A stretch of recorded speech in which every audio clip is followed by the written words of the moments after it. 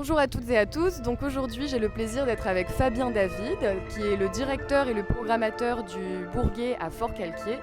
Et tout de suite, je vais lui transmettre le mini-micro du GNCR pour qu'il nous parle de son coup de cœur du festival. Merci Alice, bonjour à toutes, à tous. Oui, alors ça fait une quinzaine bien remplie avec plusieurs dizaines de films vus.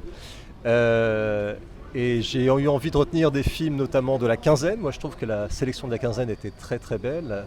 J'aurais pu vous parler de La Grâce, le film russe, qui est une merveille. J'aurais pu vous parler du procès Goldman de Cédric Kahn, mais j'ai choisi de vous parler d'un film vietnamien. On a peu l'occasion de voir des films vietnamiens au cinéma. Récemment, j'en ai vu un très beau qui s'appelle Children of the Mist, mais c'est d'un autre film de fiction pour le coup dont je vais vous parler.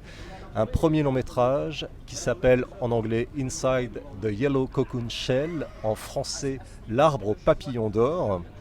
C'est un premier film d'un réalisateur vietnamien qui s'appelle Pham Thien Anh, qui avait réalisé quelques courts-métrages, dont un, je crois, avait été montré à Cannes il y a quelques années. Et le film nous embarque vraiment dans une autre dimension. Alors à certains égards, on peut penser au film de Apichatpong Weerasethakul, mais c'est quand même d'une autre manière et sous un autre style que le réalisateur nous embarque dans un film qui peut s'avérer un trip de 3 heures, parce que le film dure 3 heures et le film prend le temps, et c'est extrêmement heureux que le film prenne ce temps-là, parce que le film installe des plans séquences qui n'ont absolument rien de virtuose et pour la montre ou de manière démonstrative. Dès le premier plan, c'est extraordinaire ce qui se passe. On a l'impression au sein même d'un même plan de passer dans plusieurs espaces différents parfois. Ça commence sur un stade de foot et puis dans le cadre d'un même plan, on va passer dans une sorte de café, dans une terrasse de café, et puis la caméra va finalement faire un panoramique pour se retrouver sur une route où a eu lieu un accident.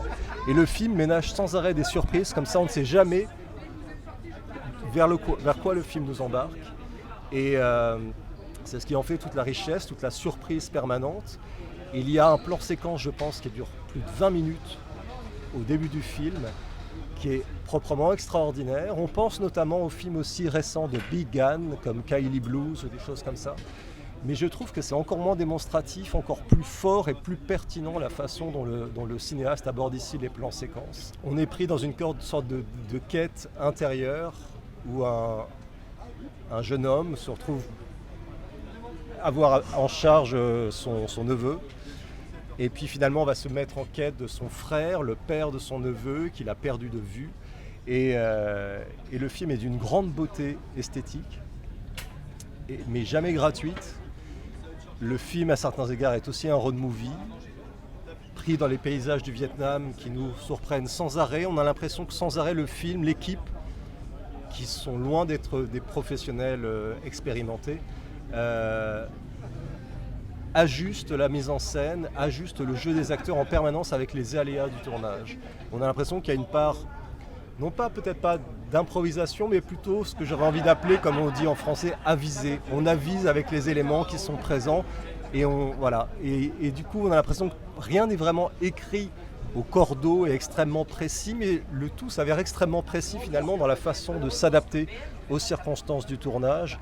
Et finalement, on imagine quand même une préparation pour ces plans séquences en termes de mise en scène qui est quand même extrêmement riche dans son anticipation de ce qui pourrait advenir en cours de tournage. Voilà le film que je vous recommande.